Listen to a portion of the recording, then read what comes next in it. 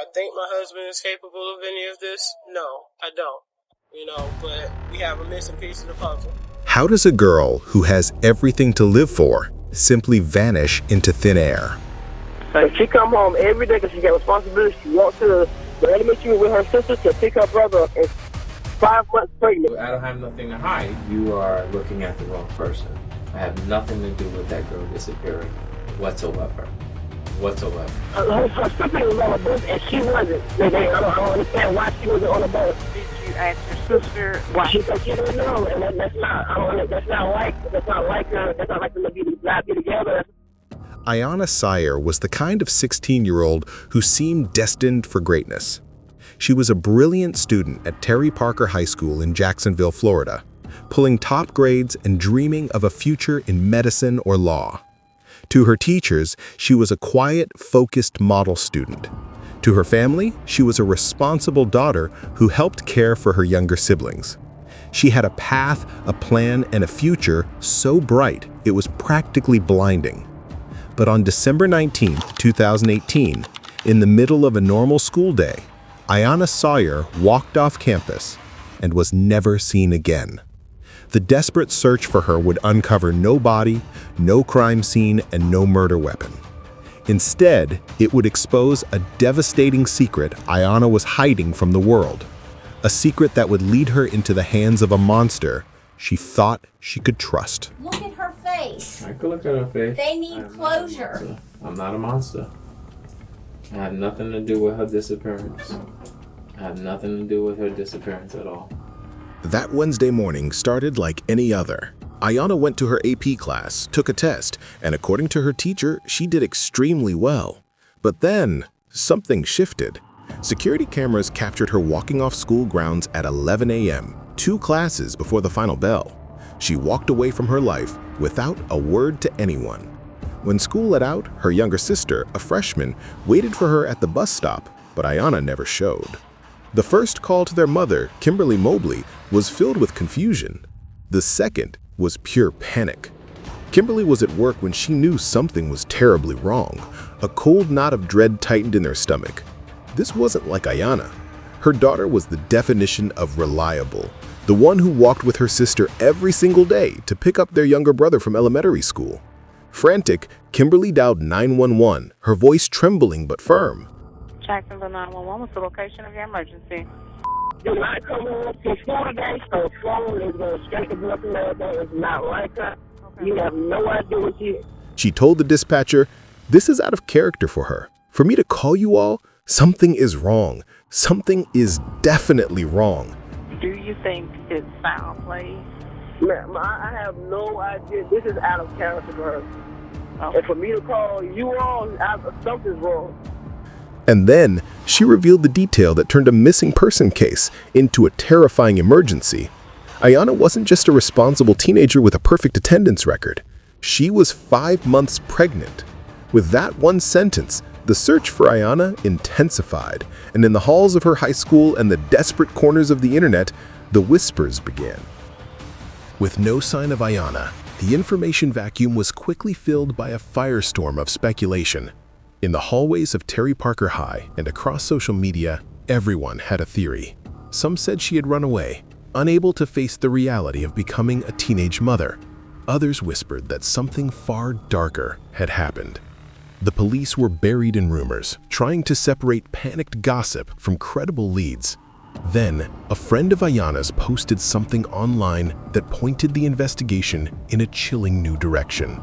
The post mentioned her uncle, Jonathan Quiles. Jonathan was 33 years old, a married man with a steady job at a local auto shop. He even had a daughter who was the same age as Ayanna. On the surface, he was just a regular family man. He and Ayanna were known to be close, but as detectives started digging, they heard whispers that their bond was unusual. The girls would come over to your house and you do like trips to the beach. Yeah, we always went to the pool. We had the pool we had at the house. Some described it as an uncomfortable closeness, a relationship that seemed to blur the lines between an uncle and his niece. He was the one she confided in, the one she spent hours on the phone with. The rumors had given detectives a name, and now they were heading straight for the man at the center of them all. They would stay the night. They'd spend Yeah, time they'll at your spend house, and there was the whole anybody- summer. So you're doing all these things with the girls. No, with all of them. When detectives first sat down with Jonathan Quiles, he was the picture of calm concern. He seemed cooperative, even handing over his phone without a fight. But the longer they talked, the more his story began to fray at the edges. At first, he claimed he hadn't seen Ayanna in days, but when pressed, he admitted he had spoken to her on the very day she vanished. You know, so Do you know who she ran away with? I don't. I've been expecting call me, text me, anything. Snapchat me, smoke signal. He referred to his 16-year-old niece as his girl, a phrase that sent a chill through the interrogation room and set off immediate alarm bells. But his biggest mistake was his phone. While he talked, the data was telling a far more sinister story. Investigators uncovered a relentless pattern of communication between him and Ayanna, dozens of calls in the weeks leading up to her disappearance. Then, on December 19th, the day she walked out of school and into oblivion, the calls stopped. The sudden, deafening silence on the phone logs was more damning than any confession. It was a digital tombstone, marking the exact moment her life was cut short.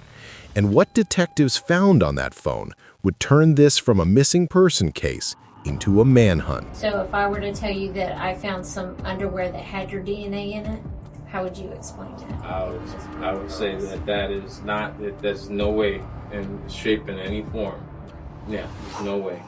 So with the case across the street, there was a kit done. Correct. And she was wearing specific clothes to include underwear. Mm-hmm. Yeah, she told me that was one of her biggest pet peeves, that they took her underwear from her. Okay. So that's what he's talking about. That's what I was referring to. That wasn't my DNA. I didn't. 100%. No way. It's DNA. Yeah. I'm not saying you're a monster. I don't think you're a monster at all. Okay? I think maybe they came on to you and things went a little too far. It happens all the time. The sudden silence in the call logs was damning, but it was what Jonathan had been secretly typing into his phone's search bar that exposed the true darkness of his plan. Look at her face. I can look at her face. They need closure. I'm not a monster. I had nothing to do with her disappearance. I had nothing to do with her disappearance at all. So the whole family's off. Is a liar. Your brother who loves you is just crazy. Right? Everyone's just circling Jonathan. As investigators dug deeper into his digital footprint, they found the ghost of a murder plot in his search history. He had Googled phrases that made their blood run cold. How long does DNA last? And can trash be traced from dumpsters? This was no longer a search for a missing girl. This was a hunt for a predator who had meticulously planned to make his own niece disappear forever. Listen to me. Yeah. Honey, look me in the face. I would never bring you in here if I did not have that DNA 110%. Because I would know that I was fishing in the dark. And I don't fish in the dark. Ever. Ever. I think you are a genuinely kind person. And I say that sincerely. I just look at me. I'm looking at you. I don't fish in the dark, my dear. Okay. I've been doing this so long. Long in the tooth. Mm. And I'm telling you right now, I did not bring you in here to go fishing in the dark either. So don't insult me. I'm not insulting you at all. Don't insult me with the DNA because I'm 100% on that. She had your DNA, male, in her underwear. Do you understand? Yeah, I hear what you're saying. So That's no I'm way. just saying, no, there's 100%. It's no way. No. Because either I'm lying Yeah. or it's 100%, and I'm telling you it's 100%. Yeah. That is something that I would never do in my business, in what I do. And let me tell you why. I have a policy on that. He had used his phone like a murderer's playbook, researching how to erase every trace of his crime. He believed he had planned the perfect murder, One without a body, without a witness, and without a shred of physical evidence. It's overwhelming them. They deserve better. They deserve better. Naomi deserves better. Your family deserves better. You were raised to be a quality person. And that I am. And they deserve to know the truth. I'm laying it all out for you. I'm laying it all out for you guys. I mean, you say you got DNA on me. I mean, I'm not trying to insult you. Listen, that has nothing or to anything do. like that. Has nothing You're to do with. implying about a dumpster or whatnot at the job as if I had something to do with Ayana's disappearance, and this is what you guys are pushing towards me. You know, but you're not saying it. I mean, you're kind of beating around the bush with it. Just tell me what you guys are implying. You're implying that I had something to do with Ayana's disappearance, and then and possibly being a dumpster. Is that where this is going right now? He was confident he would get away with it, but he made one fatal mistake. He couldn't keep his mouth shut. The digital evidence was horrifying, but the confession that would seal his fate didn't come from a computer. It came from the killer himself. If you are finding this story as shocking as we are, make sure you're subscribed with notifications on, because you are not going to believe what he did next. I know you guys are saying that all this here stuff, the dumpster and all that, but like I'm telling you, I have nothing to do with that. So my in the back of my head is she ran away and she's with whoever she ran away with, and she's doing great. Because that's what keeps me going, not all the other allegations that you guys are coming up with, that she may be in the damn dumpster or what. Did she threaten you? Ayana never. Did she threaten to tell your wife about the pregnancy? Or my wife to get you in trouble? No, my wife was the one that told me about the pregnancy. That was how she stood the night, the weekend prior, I think, the weekend prior to her we finding out that she was pregnant. She was weird. She was acting weird. My wife noticed it almost immediately, and she's never in the room, like that. She never isolates, because she's always in the front with Jaco or always in my son's place, and she's just always in the front, like she's out and about, and she's just distant, at that time. So when we found out that she was pregnant, now we started recalling like little things that were going on, like she was always hungry or she was always throwing up. You know what I'm saying? We didn't know anything. We never put two and two together. She didn't want you to know. She didn't want your wife to know. Oh well, no. I didn't know. I don't know what is going on with this girl at all. That baby that she's having or holding, that has nothing to do with me whatsoever. Jonathan, is there anything else you'd like to say? That's all I have to say. Okay. All right. Because I just want to give you every opportunity. If you don't have anything else you want to share or come clean with, then at this point I'm going to place you under arrest for sexual battery. It's a first-degree felony. And it is in regards to Samaya Sawyer. Okay? With no body and no physical crime scene, prosecutors knew they were facing an uphill battle. The digital evidence was compelling, but it wasn't a smoking gun. The case could have stalled right there, a permanent, painful mystery for Ayana's family.